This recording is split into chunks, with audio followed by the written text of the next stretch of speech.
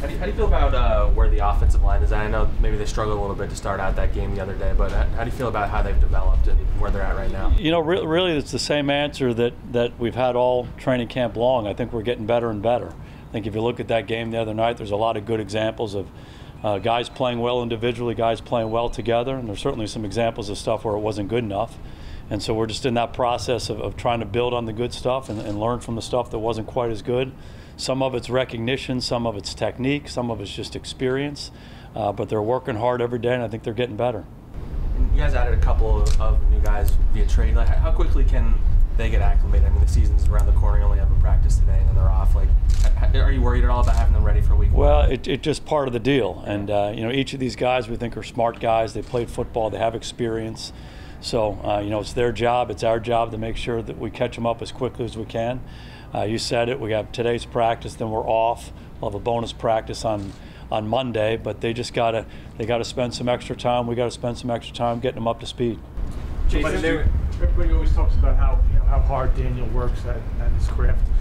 What tangible things have you seen this summer that show that hard work is starting to pay off, and that he's going to be able to make those jumps that everybody wants him to?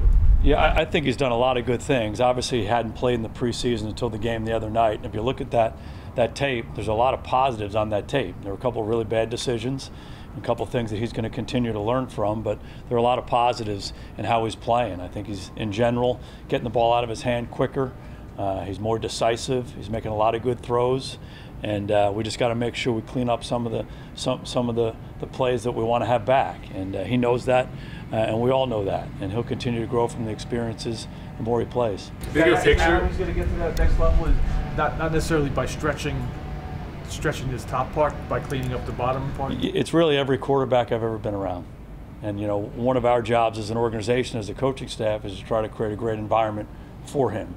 The players we put around him, you know, what we're calling, what we're running, give him an opportunity to take advantage of some of his strengths, and also kind of put him in situations where he can be a really good decision maker. That's our job. And we got to continue to do that. That's why we add personnel. That's why we're trying to put some weapons around them. And, you know, the better Daniel plays, the better the runner's going to play. The better the receiver's going to play. The better the line plays, the better they're all going to play. The better the defense plays, it all works hand in hand. So we're trying to create a great environment for him and for all our players. And when we do that, and we continue to learn from our experiences, we'll get better and better. Big picture with him, what is it about him that you're so sold that he's going to be a high-end quarterback in this league? I think there are just so many positives about him. You know, start with who he is as a person, his approach, his competitive spirit, his smarts, his toughness, all of that. And then he has athletic ability. He's big. He can throw the ball. He can move around and make plays with his feet. I think we've all seen that.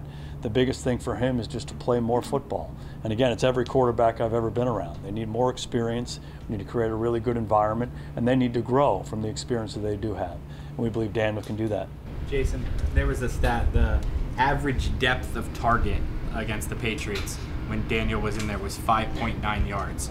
Is that you just kind of keeping things vanilla for a preseason game, or is that Daniel didn't have enough time from the offensive line to throw the ball any deeper than that? Oh, I think it's a combination of things. I think when you talk about offensive football, you want to be able to run the ball, and you want to be able to throw the ball. It starts there. You want to be balanced.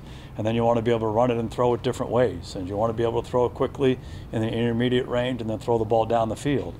And, you know, we're talking about the offensive line bringing guys in. You know, we have to get better. We have to be able to give our quarterback more time to throw the ball down the field. But we also need to be efficient. We need to be able to mix it up, throw the ball quickly, get it out, make positive plays. I think we had 2 11-play drives in the game, a 9-play drive. Those are positive things. But you and I both know we need to make some explosive plays. That's what leads to scoring. So we have to find what that balance is. With Kyle Rudolph, how obviously, you know, we know Evan's banged up right now. How close does Kyle Rudolph, you feel, without having much training camp, to being ready to be effective in your offense? Well, Kyle's played a lot of football in this league, and the biggest issue with us, he's just been hurt. So he hasn't had a chance to practice. He's practiced here the last couple of days. He's looked good. He's obviously very comfortable. You know, he picks things up quickly. He's run a lot of the plays that we're running, and I think he's a quick study in that regard. So more than anything else, he's just getting out there, getting his football feet underneath him. He's done a really good job the last couple of days. Have you seen enough out of Kenny Golladay to know what you have in him, what you can do with him, or is that going to be a little bit of a work in progress because of the time? Well, we saw a lot of him in Detroit. That's one of the reasons we liked him and wanted to bring him here. So that's where it starts. But then certainly you want your guys to practice every play, every single day. Okay, that's how they get better. That's how they get comfortable with each other. But that's not realistic. So whatever the situation is, we have to make it work. And obviously, we'd love to have Kenny out there every practice. You know, he and Daniel working on their timing, but that hasn't been the case. So we deal with what the situation is. He's stayed completely engaged. He understands what we're doing. We'll get a chance to have him practice more and more here the next week or so, and we'll find out more. But I think we have a real good feel for what his strengths are and the positions we want to put him in. It's just time on task more than anything right now. So how much of a feel do you have for what the offense is going to look like, given that you haven't seen him and you haven't seen, you know, Kadarius and a lot of them working, Saquon working with Daniel? How much do you have a feel of that? Again, I think you have a feel going in. Now you just want to see it on the practice field. You want to see it next week. So today's an important practice for us. The bonus practice on Monday is important. Again, we have a notion about what these guys are. We have a vision for what they are and how they fit in, but we need some time on task. Do you learn over time, like you see a guy in practice and think, oh yeah, I got to play for him, right? I didn't realize he could do this, or is it all, you know it all already about him? Well, you don't know it already. I mean, you're always learning and growing, and you're always learning more and more about your players. I think one of the things that we've always talked about is you never want to put a ceiling on a player. You never want to say he's only this. This guy can only do that. He only can play here. Okay, you'll always want to stretch their limits. You want to see them as they can be, if you will. So you want to put them in those situations and see if they can handle it. And you're always trying to look for those things for players at all positions. And then you make those evaluations about what's best for the team and you go forward. Jason, Nick Gates has been entrenched at center, but if it was your best five to play him elsewhere, would it be too disruptive to have Daniel work with a new center suddenly right up against the regular season? Yeah, I don't want to deal in any hypotheticals. We're always trying to get our team better. You know, we're trying to help the players who are here get better. We're going to evaluate those players against each other, but also against the league. And that's when you make the decisions that we made. There's some guys out there that we like, we wanted to bring in. We're going to give them a chance to get themselves acclimated, and then we'll decide who we think our best five are, what the best combinations, and we'll go. Jason, three more. Jason, you said there was examples of Daniel being decisive, making quick decisions. Is that like a big point of emphasis for him this offseason? Oh, I think it's a big point of emphasis for every quarterback.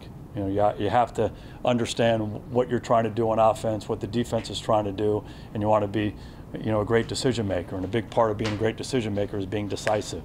I see it, I like it, this is what they're playing, this is what we're doing, here's where I want to go with the ball. And that helps everybody get better. So you're always working, you know, with your quarterbacks. Now until the end of time, you'll be talking about that, being a great decision maker and being decisive and getting the ball out of your hand. Can you fully utilize your whole playbook if the offensive line struggles the way it did against New England, or do you have to call plays to protect a group? Oh, I think we have a tremendous amount of confidence in our guys up front. You know, we have a young group. They're getting better. They're working hard. They're working the right way. We'll always evaluate what we think is best for that position group, for the tight ends, the receivers, the quarterbacks, and the runners, and try to put them in the best situation as we try to, you know, put a game plan together and call a game on Sunday. Jason, how are you going into next week, assuming you'll have Saquon for week one, and then waiting to hear back that maybe you're not? Or yeah, Saquon's done a great job. So, you know, we take it day by day. He did a really nice job in practice yesterday. We anticipate him practicing today. So that's really the approach we take with all our guys. He's done a hell of a job working hard to get back, though.